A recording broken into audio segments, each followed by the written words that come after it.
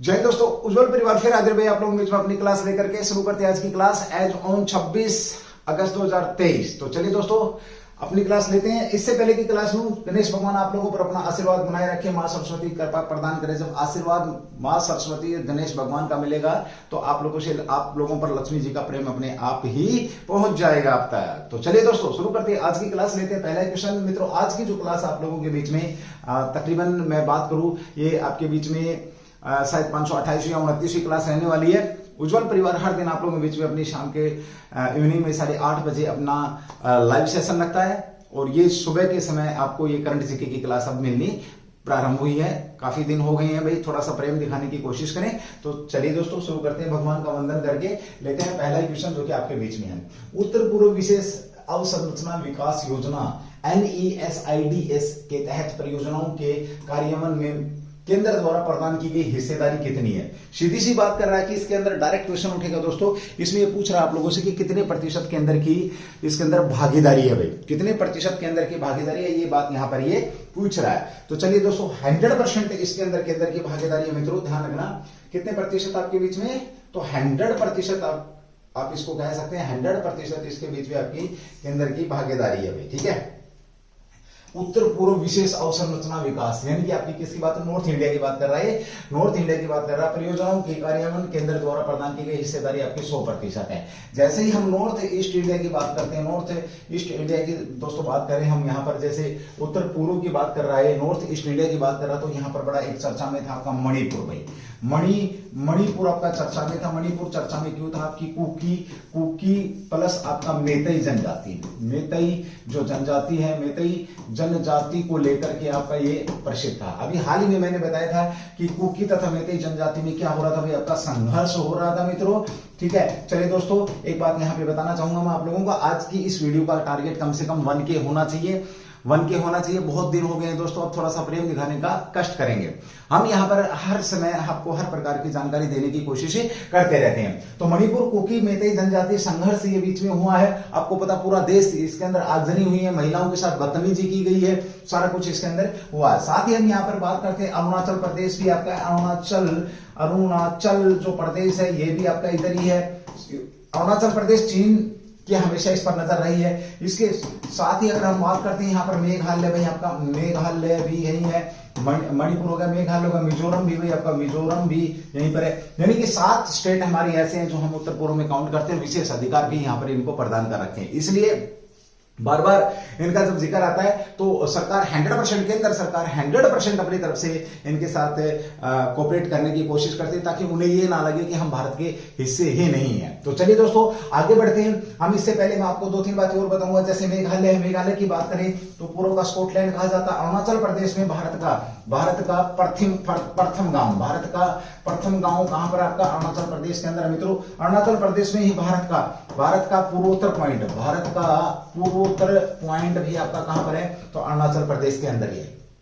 चलिए भाई आगे बढ़ते हैं अगले क्वेश्चन की तरफ। इससे पहले लेकिन थोड़ा सा एक स्लाइड के माध्यम से ये सारी चीजें आप समझेंगे। इसका आंसर आपका 100% हो गया। उत्तर पूर्व विशेष अवसंरचना विकास 2017 में शुरू की गई थी। सबसे पहली बात, इस संरचना को शुरू कब किया गया था मित्रों, ध्यान से देखेंगे, इसका स्क्रीनशॉट लेंगे।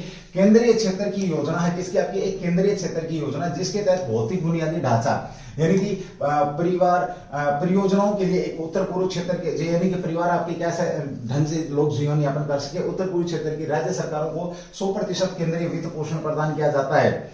हाल ही में 81395 करोड़ रुपए, आपके 8139 करोड़ रुपए के परियोग 2022-23 से 2025-26 की अवधि के लिए कैबिनेट मिशन द्वारा NESIDS को जारी करने की मंजूरी दी है। यहां पर सबसे पहले अपने 2 प्रश्नों का ध्यान रखना है। ध्यान रखना दोस्तों, पूछा जा सकता है। सबसे पहले तो ये 100% भागीदारी, दूसरा ये इतना बजट भाई आपका कब के लिए दिया गया है आपका, तो ये दिया गया 2022, 23, 24, 25, 26 तक के लिए आपका, इस अवधि के लिए दिया गया। इसको प्रारंभ कब किया गया था, आपकी उत्तर पूर्व विशेष अवसंरचना विकास योजना, यानी कि मूलभूत जो ढांचा है लोगों का, यानी कि जो समाज का, उसको मजबूत करने के लिए इसके अंदर केंद्र ने अपनी 100% भागीदारी यहाँ पर लॉन्च करी है। बहुत बड़ी बात है भाई, बड़ा प्यारा क्वेश्चन है दोस्तों, आपसे पूछा जा सकता है, इसका अपने विशेष तौर पे ध्यान रखना है। तो चलिए दोस्तों अगले क्वेश्चन की बात करते हैं। क्वेश्चन नंबर 2 आपके पेज में है। आप अपनी अगर स्पीड आपको तेज लगती है तो कम कर सकते हैं, अगर कम है तो आप तेज कर सकते हैं, आपके हाथ में है।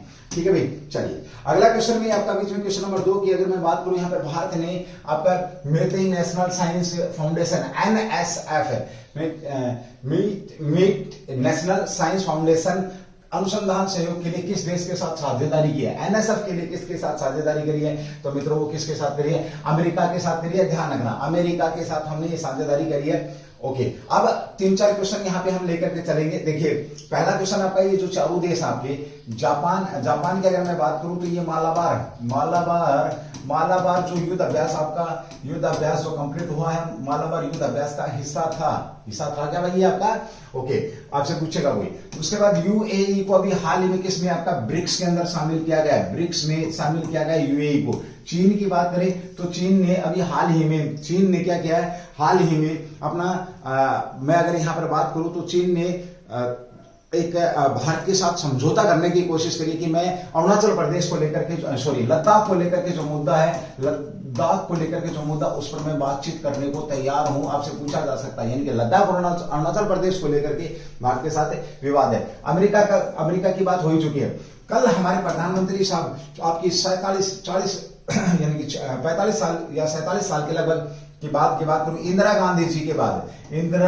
गांधी जी जो प्रधानमंत्री थी उनके बाद पहली ग्रीस यात्रा पर गए हैं आपके। कौन गए हैं ग्रीस यात्रा पर? थे कौन? हमारे प्रधानमंत्री साहब, जो कि बहुत तगड़ी कूटनीति है भाई। ठीक है, चलिए उनकी विदेश नीति कमाल की है प्रधानमंत्री मोदी साहब की। तो इसका जो आंसर रहने वाला मित्रों वो क्या रहने वाला आपका? अमेरिका रहने वाला। चलिए यूएस नेशंस की मैं बात करूं, देखिए यहाँ पर US national science foundation NSF और भारत सरकार ने इलेक्ट्रॉनिक्स और सूचना प्रौद्योगिकी मंत्रालय MEIT अनुसंधान सहयोग पर एक कार्यान्वयन व्यवस्था पर हस्ताक्षर किए हैं। डायरेक्ट पूछेगा कि इलेक्ट्रॉनिक्स और सूचना प्रौद्योगिकी मंत्रालय ने किसके साथ अनुसंधान पर जो सहयोग पर साइन किए हैं या हस्ताक्षर किए हैं? तो इसके तहत क्या होगा? सेमीकंडक्टर अनुसंधान, अगली पीढ़ी की संरचना प्रौद्योगिकी, नेटवर्क सिस्टम, साइबर सुरक्षा, स्थिरता और हरित प्रौद्योगिकी और इंटेलिजेंसी ट्रांसपेरेंसी सिस्टम के क्षेत्रों में प्रस्तावों के लिए पहला संयुक्त आह्वान आपका MEIT द्वारा किया जाएगा। ठीक है, अब आपसे देखिए क्वेश्चन की फॉर्मेशन देखेंगे। अगर आप लोगों से पूछे कि भाई हरित क्रांति के लिए आपका साइबर सुरक्षा के लिए, आपका नेटवर्क के लिए, प्रौद्योगिक संरचना के लिए आपका हमने किसके साथ? तो यूएसए के साथ हमने समझौता किया। मित्रों थोड़ा सा फास्ट रखेंगे क्लास को आज। ठीक है, ओके। हाल ही में अगला क्वेश्चन है, हाल ही में किस संस्थान ने भारत के पशुपालन एवं डेयरी विभाग द्वारा प्रस्तुत 25 मिलियन अमेरिकी डॉलर के प्रस्ताव को मंजूरी दी है? सुपर एक्सीलेंट भाई, बहुत बढ़िया, सुपर क्वेश्चन है, इंपॉर्टेंट क्वेश्चन है, आज की क्लास का इंपॉर्टेंट क्वेश्चन है, ध्यान रखना भाई। क्या बोल रहा है भाई? क्वेश्चन नंबर 3 आपके बीच में ये बोल रहा है कि भाई अमेरिकी डॉलर कितना? 25 मिलियन डॉलर देने की बात कही है। IMF, GST काउंसिल, सेबी और आपका G20 सारे के सारे इंपोर्टेंट है, यहाँ पर ध्यान रखना मित्रों। आप इस बात का विशेष तौर पे देखिए, IMF भी अपने आप में महत्वपूर्ण, GST काउंसिल भी, सेबी भी और G20 महामारी कोष। इसका जो आंसर रहने वाला है वो G20 महामारी कोष के द्वारा कितना? 25 मिलियन अमेरिकी डॉलर का प्रस्ताव को मंजूरी दी गई। किस संस्था ने? भारत के पशुपालन एवं डेयरी विभाग के द्वारा प्रस्तुत 25 मिलियन अमेरिकी डॉलर, यानी कि कितने मांगे थे आपके? कितने मांगे थे? तो 25 मिलियन, और 25 मिलियन डॉलर की अगर मैं बात करूं तो 25 मिलियन इंटू 25 इंटू 10 लाख है ना। 25 इंटू ये इज इक्वल टू क्या हो जाएगा आपका? 25 इंटू 10 लाख भाई, क्योंकि 1 मिलियन के अंदर कितना होता होगा? 10 लाख होता है। इतने डॉलर की बात यहाँ पर कर दी गई है। IMF की बात करें, इंटरनेशनल मॉनिटरिंग फंड, इसको क्या बोलते हैं भाई? इंटरनेशनल मॉनिटरिंग जो फंड है आपका यही है। उसके बाद GST की बात करें तो GST काउंसिल की भी हाल ही में बैठक हुई थी। आपसे पूछेगा GST काउंसिल की बैठक में अध्यक्ष कौन थे? तो आपकी वित्त मंत्री थी, वित्त मंत्री निर्मला सीतारमण जो है वो इस GST काउंसिल की बैठक की अध्यक्ष हैं। जब निर्मला सीतारमण जी की बात करते हैं तो पहले आपकी पूर्णकालिक आपके रक्षा मंत्री बनने वाले भी आपकी निर्मला सीतारमण है भारत की, ये आप लोग अच्छे से जानते हैं। और उन्होंने आपका GST संग्रहालय गोवा के अंदर जो भारत के अंदर पहला स्थापित किया था। सेबी की बात करते हैं मित्रों तो SBI भारत में सबसे बड़ा बैंक, पब्लिकली अगर मैं बात करूं तो भारत में सबसे बड़ा बैंक आपका यही है। और जब बैंक की बात आती है तो HDFC विश्व के अंदर चौथे नंबर पर पहुंचा है, ये भी आपने ध्यान रखना है। G20 महामारी कोष की बात हुई तो इसकी परमिशन किसने दी? आपकी G20 महामारी कोष के द्वारा दी गई है। GST काउंसिल हो गया, IMF हो गया। हाल ही में किस संस्थान ने भारत के पशुपालन एवं डेयरी विभाग द्वारा प्रस्तुत 25 मिलियन अमेरिकी डॉलर के प्रस्ताव को मंजूरी दी है? ठीक है, चलिए भाई आगे बढ़ते हैं। थोड़ा सा अगला क्वेश्चन देखिए, G20 महामारी कोष ने, किसने भी आपका G20 महामारी कोष ने क्या कहा है?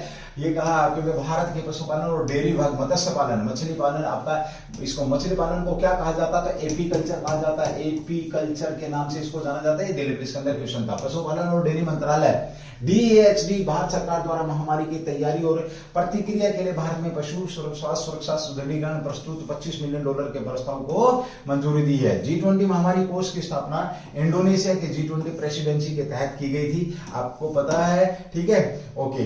निम्न मध्य और आय वाले देशों के राष्ट्रीय क्षेत्र और वैश्विक स्तर महामारी रोकथाम तैयारी और प्रतिक्रिया क्षमता को मजबूत करने के लिए आपके बीच में ये यहाँ पे इसकी परमिशन दी गई है। तो ये था क्वेश्चन आपका G20 वाला, बड़ा प्यारा क्वेश्चन था। चौथा क्वेश्चन है आपके बीच में, विश्व जल सप्ताह 2023 कार्यक्रम को मेजबान कौन सा देश कर रहा है? बहुत प्यारा क्वेश्चन है दोस्तों।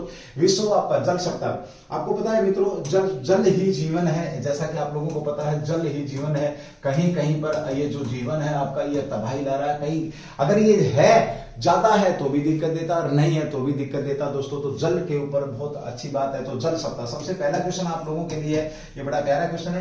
जल सप्ताह, विश्व जल सप्ताह कब से कब तक मनाया जाता? कब से कब तक? ठीक है, ये क्वेश्चन आपके लिए।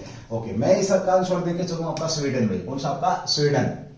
स्वीडन की अगर मैं बात करता हूं तो स्वीडन अभी हाल ही में इसकी मेजबानी कर रहा है, किसकी? विश्व जल सप्ताह की मेजबानी कर रहा है। ठीक है, चलिए अगला क्वेश्चन आपके बीच में जिसको लेकर बात करेंगे, राष्ट्रीय स्वच्छ गंगा मिशन NMCG के महानिदेशक ने हाल ही में कौन है आपके? देखिए बहुत प्यारा क्वेश्चन है। सबसे पहले तो यही है कि राष्ट्रीय स्वच्छ गंगा मिशन, इसकी फुल फॉर्म पूछे आपसे NMCG का संबंध किससे? तो महानिदेशक ने हाल ही में विश्व जल सप्ताह के दौरान भारत को एक ऑनलाइन सत्र अध्यक्षता की है। किसने? अब आपसे पूछे कि अध्यक्ष कौन रहे, तो अध्यक्षता की ऑनलाइन सत्र पर अध्यक्षता की है। इस सत्र का शीर्षक था, यानी कि थीम पूछे आप लोगों से मित्रों। बहुत प्यारा क्वेश्चन है, इंपोर्टेंट क्वेश्चन है। फिर मत बोलना सर आपने कराया नहीं था।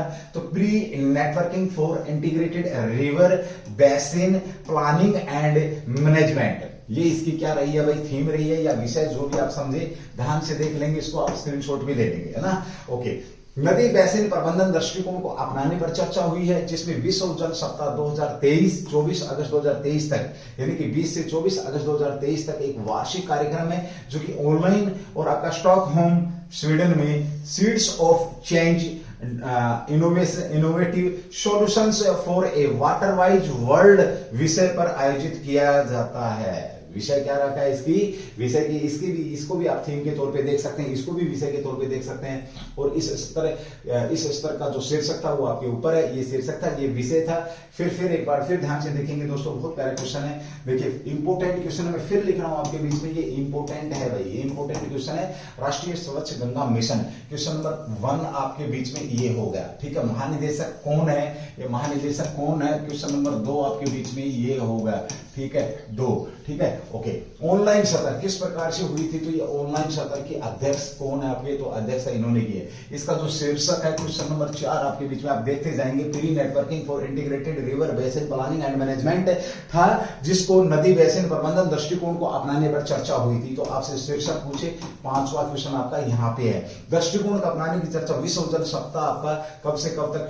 क्वेश्चन नंबर 6 आपका यहाँ से यहाँ तक है। ऑनलाइन दृष्टि स्टॉकहोम स्वीडन में किस विषय पर? Seeds of change innovation solution for water wise world विषय पर हुआ। तो क्वेश्चन नंबर 7 आपका यहाँ पे एक छोटी सी स्लाइड और उसके अंदर गागर में सागर भरने की कोशिश करिए मित्रों। देखिए यहाँ पे किस प्रकार से आपके बीच में क्वेश्चन यहाँ पे बनेंगे। हर शब्द आपको ध्यान रखना पड़ेगा, ढंग से पढ़ना पड़ेगा भाई, ठीक है। वो जो यूट्यूब पर आ रहे हैं ना, मेरे जैसे बहुत सारे लोग हैं, मैं खैर बुराई किसी की नहीं करता, हर व्यक्ति अपना बेस्ट देने की कोशिश करता है दोस्तों, लेकिन आप एनालिसिस कर सकते हैं, आप दिमाग रखते हैं अपना भाई, आप अपना दिमाग रखते हैं तो आप एक बार ठंडे दिमाग से सोच के देखिए कि कौन किस प्रकार से आपको करा रहा है। ठीक है, चलिए अगला क्वेश्चन है, हाल ही में चर्चा में रहा नाश्ता योजना का संबंध किससे? नाश्ता योजना यानी कि अब स्कूल में अब तक आपको मिड डे मील मिलता था, अब स्कूल के अंदर क्या मिलेगा आपको? नाश्ता योजना, यानी कि सुबह भी आप अब घर से खाली पेट जाएंगे और वहां फर्स्ट क्लास नाश्ता करेंगे, ऐसा आपके एक योजना लॉन्च कर दी गई। किसके द्वारा योजना लॉन्च करी गई है मित्रों? ये और भी ज्यादा प्यारा क्वेश्चन आपका रहेगा। सुबह हाल ही में चर्चा में रहा नाश्ता योजना, संबंध किससे रहा है मित्रों? तो इसका संबंध रहा भाई तमिलनाडु। कहां से रहा है इसका संबंध? तमिलनाडु से रहा है। याद रखना, तमिलनाडु के कौन है, कौन आपके स्टीफन स्टानली जो साहब हैं, उन्होंने इसको योजना की। इसका संबंध किससे रहा है? आपका स्कूल से रहा है, मिड डे मील से रहा है, ये आप लोग जानते हैं अच्छे से, ठीक है। तो चलिए एक बार बात करते हैं, थोड़ा सा देखेंगे, ज्यादा कुछ नहीं करेंगे इस पे। तमिलनाडु मुख्यमंत्री की नाश्ता योजना, आपका नाश्ता योजना की अगर तमिलनाडु के अंदर बात हो रही है तो क्या कहा? तमिलनाडु मुख्यमंत्री की नाश्ता योजना राज्य भर के 31,000 इकाई नाई सैकड़ों हजार 10,000 31,000 स्कूलों तक विस्तारित हुई है, जिसमें 17 लाख छात्र लाभान्वित हुए हैं। ये यहां पर स्टानली साहब ने किया है, ठीक है। तमिलनाडु के स्कूलों में अब आपको ब्रेकफास्ट भी वहां पर दिया जाएगा मित्रों। ये भी प्यारा क्वेश्चन आपका यहाँ पे बनता है। तो चलिए दोस्तों अगले क्वेश्चन की बात करेंगे, क्वेश्चन नंबर 6।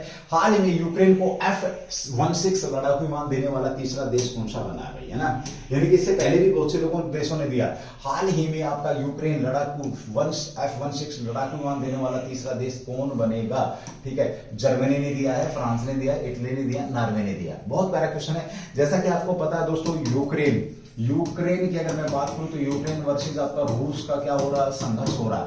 यूक्रेन वर्सेस रूस संघर्ष में है। अब यहां पर जब यूक्रेन और रूस का संघर्ष आता है तो यूक्रेन की क्या कर रहे हैं, जो आपके नाटो वाले जो देश हैं, नाटो वाले देश सारे के सारे मदद कर ही रहे हैं, ये तो आपको पता ही है। नाटो वाले देश क्या कर रहे हैं? मदद कर रहे हैं। लेकिन कुछ और देश भी है यूरोपियन कंट्री जो इसकी क्या कर रहे हैं? मदद कर रहे हैं। तब आपका जो वार है ये आपका रूस के साथ तकरीबन आपका 1.5 साल 1.5 ईयर के आसपास हो चुका है दोस्तों, इससे ज्यादा ही समय गया, ठीक है। ओके, ऐसा करने वाला कौन सा देश बना? तो इसका जो आंसर रहेगा भाई मेरे, तो वो रहेगा नॉर्वे। नॉर्वे ने भी मदद करी है। जर्मनी की बात करें तो जर्मनी की राजधानी क्या है? आपका बर्लिन है। याद रखना बर्लिन का संबंध किससे रहा है? तो जो आपके व्लादिमीर पुतिन है, व्लादिमीर जो पुतिन है, याद रखना भाई, पुतिन आपके केजेबी जो आपकी या जो व्लादिमीर जो रूस की क्या भाई आपकी रूस की खुफिया विभाग के क्या रहे हैं? ये खुफिया विभाग के क्या रहे हैं? एजेंट रहे हैं। केजेबी के एजेंट रहे और पहली जो पोस्टिंग इन्हें मिली थी यहीं की मिली थी। फ्रांस की बात करें दोस्तों, फ्रांस हमारा प्रबल समर्थक है। फ्रांस से हमने क्या लिया है? राफेल लिए हैं दोस्तों। और राफेल की अगर हम बात करें तो पहले 36 आ चुके हैं और उन्नत किस्म के राफेलों की हम बात यहां पर कर चुके हैं। इटली की अगर हम बात करते हैं दोस्तों, तो इटली की अगर हम बात करें, ध्यान से देखेंगे, इटली की अगर हम बात करते हैं तो सबसे पहले आपने ध्यान ये रखना दोस्तों, इटली में हो रहा है आपका ओलंपिक। क्या हो रहा है? आपका ओलंपिक हो रहा है। ओलंपिक हो रहा है इटली में भाई, ठीक है। अब आप बोलोगे सर इटली में ओलंपिक कब से हो रहा है? ओलंपिक तो कहां हो रहा है? आपका फ्रांस में हो रहा है, पेरिस में हो रहा है। पेरिस में हो रहा है क्योंकि पीछे एक कार्यक्रम हुआ था पेरिस इन दिल्ली कार्यक्रम हुआ था। ओलंपिक किसके प्रति? ओलंपिक के प्रति जागरूक करने के लिए भाई आपका ये हुआ था। ये भी आपने ध्यान रखना। देखिए दोस्तों, स्पीड अगर आप मेरे साथ चलेंगे तो आप समय कम ले रहे हैं, और जिस चीज पर हमने जितना समय देना चाहिए उतना मैं कोशिश यहां पे कर रहा हूं, तो आपने इसका भी ध्यान रखना। देखिए फ्रांस के अंदर आपका 2024 में कब हो रहा है? आपका 2024 में आपका ओलंपिक हो रहा है। इससे पहले 2020 का ओलंपिक था, 2021 में हुआ था। कहां पर हुआ था? ये टोक्यो के अंदर हुआ था। कहां पर हुआ था? आपका टोक्यो में हुआ था। ये इटली के अंदर कौन सा? आपका तो शीतकालीन जो ओलंपिक है ये आपका 2026 में हो रहा है। ये आपने ध्यान रखना। शीतकालीन ओलंपिक कब हो रहा है? आपका शीतकालीन ओलंपिक जो है आपका ओलंपिक 2026 में हो रहा है। इससे पहले कब हुआ था? तो 2022 में आपका कहां पर हुआ था? ये बीजिंग में हुआ था भाई, बीजिंग में हुआ था 2022 के अंदर, ठीक है, जिसका हमने राजनीतिक बहिष्कार किया था। और अभी हाल ही में यूक्रेन ने की मदद किसने करी है? नॉर्वे ने करी है, और रूस के खिलाफ खड़ा होकर के मदद करने वाला देश तीसरा बन गया, जिसने आपका F-16 से क्या दिए? इसने लड़ाकू विमान दिए। चलिए दोस्तों, हाल ही में फुकुशिमा परमाणु संयंत्र से किस देश ने अपशिष्ट जल को प्रशांत महासागर में डालने की कोशिश नहीं करी। अब वो उस अपशिष्ट में, यानी कि आपसे सबसे 3 चीजें ध्यान रखेगा। सबसे पहले तो ये कि फुकुशिमा परमाणु संयंत्र है कहां भाई? आपका है कहां भाई? आपका मोस्ट इंपोर्टेंट क्वेश्चन है दोस्तों, ध्यान रखना, आप लोगों से पूछा जाएगा। अपशिष्ट जल प्रशांत महासागर में डाल रहा है, यानी कि जो जल खराब पानी जो निकल रहा है इस परमाणु संयंत्र से, वो किस महासागर में डाल रहा है? आपका प्रशांत महासागर में डालना छोड़ना शुरू कर दिया है। चीन है? नहीं है। मलेशिया है? नहीं है। कनाडा है? नहीं है। जापान है। जैसे नाम से ही है ना, आपको पता है कौन सा, जापान के अंदर आपका फुकुशिमा परमाणु संयंत्र है। और परमाणु से मुझे याद आ रहा है, विश्व का पहला ऐसा देश, विश्व का पहला ऐसा देश है दोस्तों जो जिस पर परमाणु क्या किया गया था, परमाणु आपका क्या किया गया था, हमला किया गया था। परमाणु जो हमला किया गया था कब, आपका 9 अगस्त और 6 अगस्त है, 9 अगस्त और 6 अगस्त आपका 6 अगस्त 9 अगस्त और 6 अगस्त आपका 1945 में किसने हमला किया था, यूएसए ने किया था। यानी कि परमाणु युद्ध की मार झेलने वाला, परमाणु बम की मार झेलने वाला पहला विश्व का देश कौन सा आपका, तो यही है जापान भाई। कौन सा आपका, जापान। जापान का भी अपना एक खुद का बना, और विश्व में सबसे ज्यादा देश, बड़े देश अब मानते हैं यही है। एक अर्थव्यवस्था, बहुत बड़ी अर्थव्यवस्था दोस्तों, जो परमाणु मात्र आपका 70 साल के अंदर ये उभरा भी है। इसने अपनी हिरोशिमा और नागासाकी 2 बड़े शहर थे, जैसा कि आपको पता है, हिरोशिमा प्लस नागासाकी जो है आपके, हिरोशिमा प्लस नागासाकी की अगर मैं बात करता हूं तो यहां पर आपके परमाणु बम में गिराए गए थे। ठीक है, चलिए आगे बात कर लेते हैं आपके अगले क्वेश्चन की, जो कि आपके बीच में है। जापान की राजधानी क्या है, ये जरा देखेंगे। ये है भाई आपका क्या, आपका अगर मैं बात करूं दोस्तों, ये है आपका प्रशांत महासागर। सागरों की बात करते हैं तो 4 बड़े सागर हैं दोस्तों। इसमें अब ये अपशिष्ट डालना शुरू कर दिया। अब कहां तक है, कितना जलवायु पे प्रभाव डालेगा, ये तो देखो मैं नहीं कह सकता, अभी आगे आएंगे इसके जो चीजें निकल करके। हाल ही में 69वीं राष्ट्रीय फिल्म अवार्ड में बेस्ट फीचर फिल्म का अवार्ड किस फिल्म को मिला है। बहुत प्यारा क्वेश्चन है दोस्तों ये भी, और इंपोर्टेंट है आपका, इंपोर्टेंट क्वेश्चन है दोस्तों। थर्सडे को ये बात हुई है, ठीक है, ओके। तो ये है आपका रॉकेटरी नामक जो फिल्म है, इस फिल्म को बेस्ट फिल्म का अवार्ड दिया गया। आपका कौन से नंबर का हो रहा है भाई, तो 69वें नंबर का राष्ट्रीय फिल्म अवार्ड है। सबसे बड़ा अवार्ड है आपका। अगर मैं बात करूं तो राष्ट्रीय फिल्म अवार्ड की अगर बात करें तो राष्ट्रीय फिल्म अवार्ड में बेस्ट फीचर फिल्म का अवार्ड दिया गया है, ये आपने ध्यान रखना। RRR ये कौन सी है, जिसके तूना तूना गाना था, तूना जो गाना था, इसे ओरिजिनल सॉन्ग कैटेगरी में, ओरिजिनल सॉन्ग कैटेगरी में इसे क्या मिला था, इसको एक अवार्ड मिला था ओरिजिनल सॉन्ग कैटेगरी में।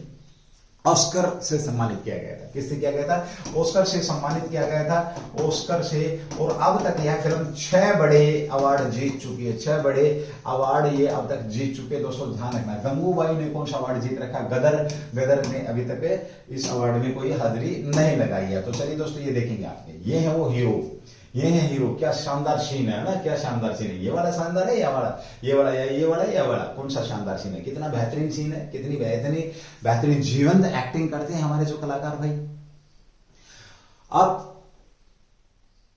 कलाकारों की जब हम बात करें दोस्तों, तो कलाकार भगवान पैदा करते हैं, लोग उसको निखारते हैं, नीचे आकर के बहुत मेहनत करनी पड़ती है, तब जाकर के वो कलाकार कहलाता है। ठीक है, चलिए हम इनको सम्मान करते हैं, इनका सम्मान के योग्य है भाई। चलो जो भी है, तुम्हारा एंटरटेनमेंट का काम करते हैं। रॉकेटरी द नबी इफेक्ट को मिला बेस्ट फीचर फिल्म का अवार्ड, किसको दिया गया दोस्तों, मोस्ट इंपोर्टेंट क्वेश्चन है, ये भी आपका इंपोर्टेंट स्लाइड है। तो रॉकेटरी द नबी इफेक्ट को बेस्ट फीचर फिल्म का नेशनल अवार्ड दिया गया। नेशनल फिल्म अवार्ड्स 2023 की बात हो रही है। RR को सबसे लोकप्रिय फिल्म का राष्ट्रीय फिल्म पुरस्कार मिला है।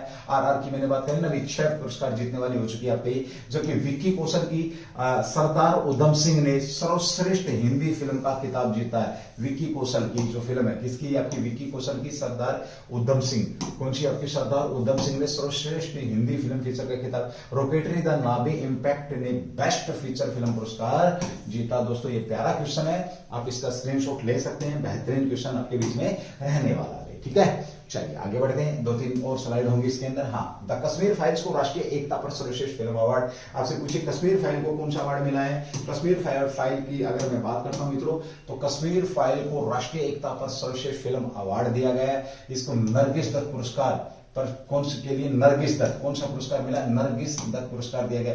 राष्ट्रीय फिल्म पुरस्कार आलिया भट्ट को, गंगूबाई काठियावाड़ी, कीर्ति सेनन को मिमी के लिए बेस्ट एक्टर्स का पुरस्कार दिया गया है। अरे आलिया भट्ट बोलते कई होंगे ना, नींद खुल गई होगी। और साथ में कीर्ति सेनन को भी मिमी के लिए बेस्ट अवार्ड दिया गया है। डायरेक्टर संजय लीला भंसाली ने अपनी फिल्म गंगूबाई काठियावाड़ी के लिए बेस्ट एडिटर का पुरस्कार किसको मिला, डायरेक्टर, ये मोस्ट इंपोर्टेंट। अगर आपसे पूछे कि किस डायरेक्टर को, तो यही है भाई आपका संजय लीला भंसाली साहब हैं, जो बेस्ट एडिटिंग और निर्देशन भी भासाली ने ही किया था।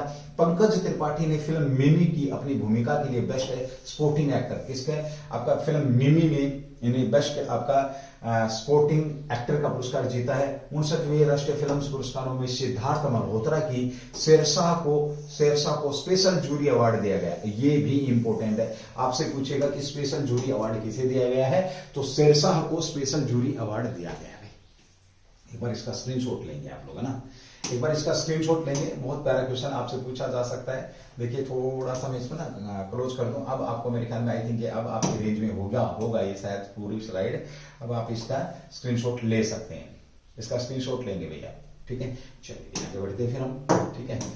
अगला क्वेश्चन, हाल ही में नीरज चोपड़ा ने कितने मीटर के थ्रो के साथ पेरिस ओलंपिक 2024 में, पेरिस ओलंपिक 2024 के लिए क्वालिफाई किया है, कितना मीटर भाला इन्होंने फेंका है। अरे भाई ये कमाल के हैं हमारे, है ना, सूबेदार साहब हैं आपके, भाई ध्यान रखना, सूबेदार हैं सेना के अंदर, सूबेदार साहब हैं हमारे ये सेना में भाई। नीरज चोपड़ा, संबंध कहां से इनका, तो संबंध पानीपत से है भाई। पानीपत बोले तो हरियाणा से इनका संबंध, आपकी पानीपत से सोनीपत से, ये इनका संबंध कहां से, इस आप एक बार मेरे को बताएंगे थोड़ा सा, ये कहां से आपका हरियाणा से इनका संबंध रखते हैं ये। और इन्होंने 88.77 मीटर फेंक करके 2024 का जो ओलंपिक आपका होने वाला पेरिस के अंदर, इसमें इन्होंने अपनी भागीदारी सुनिश्चित कर ली है।